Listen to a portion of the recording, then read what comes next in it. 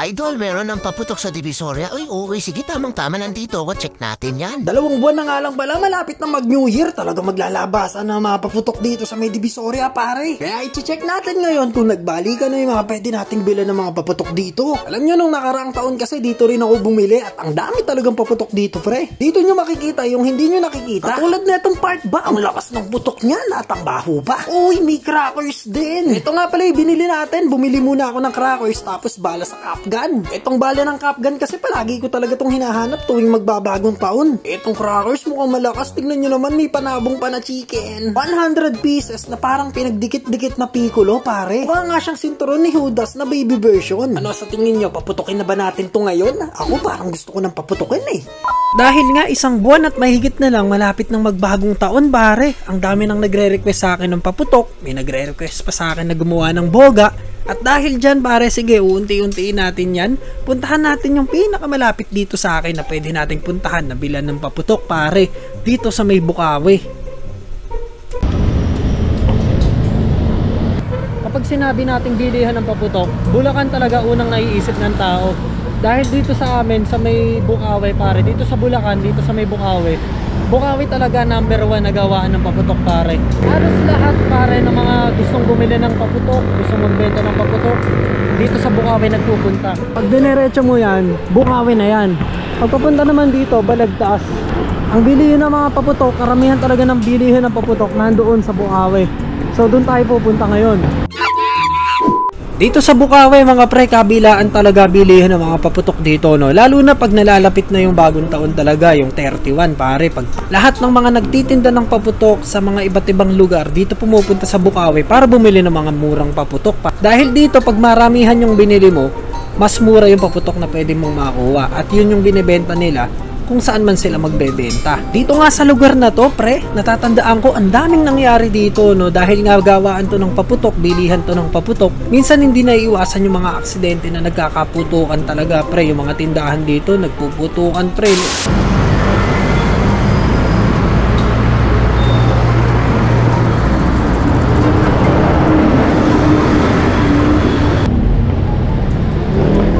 Kaya magkano po yung ganito? Ayan, may mga paputok sila, guys, oh. Kaso puro pa ilaw to, eh. 320. Yung ganito po? Eto, ano ba to? Ano yan, parang gumagano. Gano po? Eto isang box set na magkano? Ano yan, 450. 450. Eto, bossing, ano to? Ito, ano yan, sparkler yan. Ano? Yung parang lucis? Dosis? Hindi, yun po, yung 50 pesos na yun, parang lucis. Sparkler. Eto, 50 na to. Ito, pwede, mura. Sa kwitis nyo po magkano isa? Po? 5 pesos. 5 pesos. Pag bagong taon po ba, nagmamahal ba yun? Oo. Magiging magkano na po yun? Magiging 7 na yun, 9. Ah, okay. Yung ganun po, yung golden spinner. Alin? Yung golden spinners. Yun po. Ayan, yung ganito. Ah, ito, 600.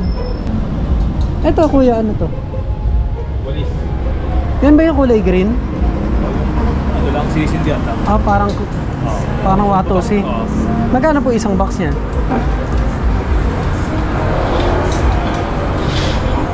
Ito, 380.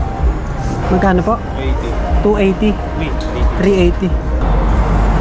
Yung mga piccolo, ganon, nagbebenta pa. Wala pong ganon. 5 star. 5 star.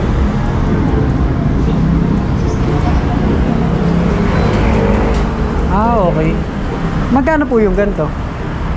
25. 75. Ayoko rin. Baka maputokan ako sa kamay. Ito lang yung mura, kuya. Ito lang, tag muna. Kwento ba yan? Ewan ko nga eh. Tanong mo nga, baka mali rin. Ayun kasi nakalagay, 50. Baka per box maliit. Isang peraso. Hindi kaya. Sige po, tanong niyo po. Dito muna ako sa labas. Yung mga presyo ng paputok, mas mura pa ngayon kasi maaga pa eh. Wala pang ano eh.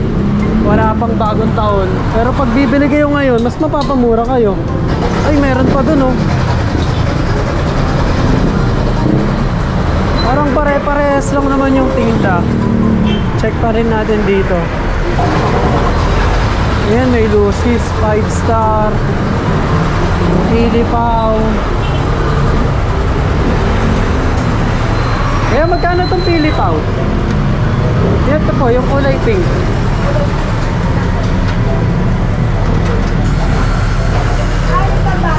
Apo, 60, isang, yung box mo na ganon.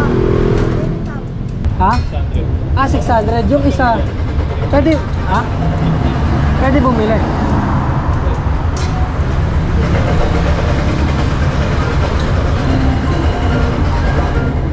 Yun, pwede isa lang.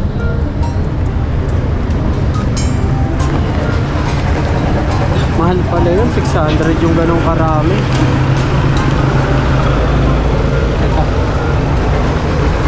Ayan, thank you. Okay, nakakadalawa na tayo. 50, tapos 60, 110. Ito mga boss, ito yung nabili natin kanina sa may Bukawi. Konti lang naman yung nabili ko sa Bukawi. Pero ito, meron ako dito, $2. Yan, ito, tingin ko may mga nakakaalam na nito kasi pinakita ko na to sa TikTok natin. Tapos doon sa may Facebook page. Pero ito, ngayon ko lang papakita dito sa inyo sa may YouTube, pre. Kung sa YouTube lang kayo nanonood, etong $2, napakadami niyan. Nabili ko nga pala to, 380 pesos sa may Divisoria. Yan, ano to? 50 pieces box, tapos meron siyang 10 pieces sa kada box. So napakadami, pre. Tignan nyo naman, oh. 50 pieces na mga ganito kalalaki. Para siyang piccolo, pero mas maliit sa piccolo, pare. Yan, ito, alam nyo na yan. Lucy's lang yan. Itong box na to, hindi ko alam kung anong meron sa loob niyan. Ano ba naman nito? Parang maliliit na ewan. Ay, Lucy's lang din pala. Tapos 50 pesos. Ganito kakahaba. No, Lucy's lang din pala to. Mas mura pa to. Ito, 85 pesos. 1, 2, 3, 4, 5, 6 12 na box yung nasa loob. Ito 50 pesos, ilang peraso lang. 1, 2, 3, 4, 5, 6, 7 8, 9, 10 11 pieces lang, no? Yan, ito cracklings lang to, crackers. Pag sinindihan nyo to, pre, para siyang watusi, no? Para siyang watusi na maliliit. Yan, ito, pag sinindihan natin yan. Itong tag 50 pesos, tignan natin. Ayan, ang hangin. Yun. Ganun lang. Tropa. Pero mabagal siya bumaba, no? Medyo matagal kaysa doon sa Liberty. Ito namang Liberty, subukan natin. Itong Liberty, maiksi nga lang siya. Ayan, no? Hindi, nadurog na eh. Ito matagal aray. Ito mas malakas. Itong Liberty. Kaso nga lang, saglit lang. Di pa natapos lahat. Ito namang Pilipaw. Yan, kuha tayong isa. Yan. Ayun, oh. Mas gusto ko to. Mas gusto ko yun. 60 pesos. Pero mabilis siya sindihan. Tsaka yung putok niya, mas nakaka-enjoy. Mas nakaka-enjoy yung putok niya. Oh, may pahabol pang isa. Ito mas okay sa akin to. Mas na-enjoy ko yung pagputok na ito. Ayun, oh. Uy, kung dito pupunta. Anong magiging putok ng Pilipaw pag sinindihan natin siya rito sa loob nito? Ayun, oh. Uy, natunaw yung natunaw yung bote. Ang bilis natunaw ng bote, boy. Ibig sabihin, mabilis siya mag-init. Tignan mo, natunaw niya agad yung pet bottle. Ang galing. Ito na, subukan na natin yung depueso. Alam kong hinihintay nyo na to. Kasi maraming mahilig dito sa piccolo eh. Pero ang piccolo kasi, pinagbawal na piccolo. Pero ito tingin ko, mukhang pwede to. Kasi maliit lang siya sa piccolo eh. So tignan natin kung malakas ba patok ng depueso, no? Sa mga hindi pa nakakapanood. Mahangin lang eh. Ayan.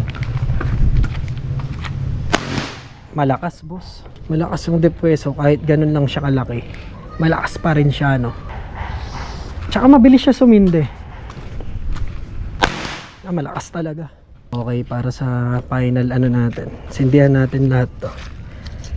Paganto natin, paano ba? 6, sakto. Tapos yung isa pang ano natin, no? Yan, paganyan. Tapos ito, kaya may kaskasan yan. Yan, ang putok naman nito, hindi to sagad hanggang dito sa dulo. Pwede mo siyang hawakan nga dito sa dulo eh, kung papaputokin nyo, kung malakas ang loob nyo. Pero huwag nyo nang gawin.